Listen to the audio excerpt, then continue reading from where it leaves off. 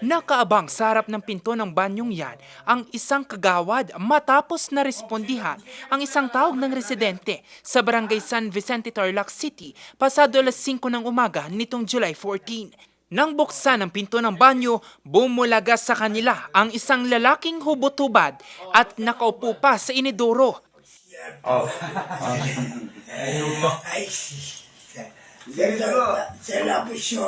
Magbihis ka! Magbihis ka muna!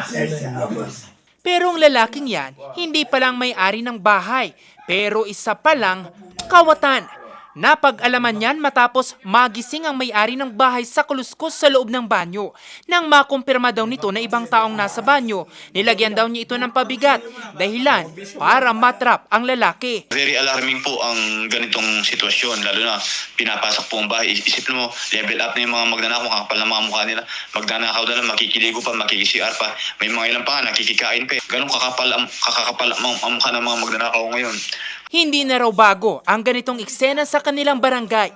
Katunayan, mula Enero hanggang Hulyo ngayong taon, hindi bababa sa 10 mga kaso ng pagnanakaw ang nirespondihan ng barangay. Yung mga iba minors, yung mga iba dayo. Tulad nung yung nahuli ng dayo yun. May mga taga rito rin sa amin mismo. Marami na akong nahuli. Sa ngayon, nasa kustudiya na ng Tarlac City Police ang suspect habang ang barangay patuloy ang pakikipag-ugnayan upang matiyak ang seguridad ng kanilang mga residente. Jose Robert Inventor, RNG News. Magbihis ka muna!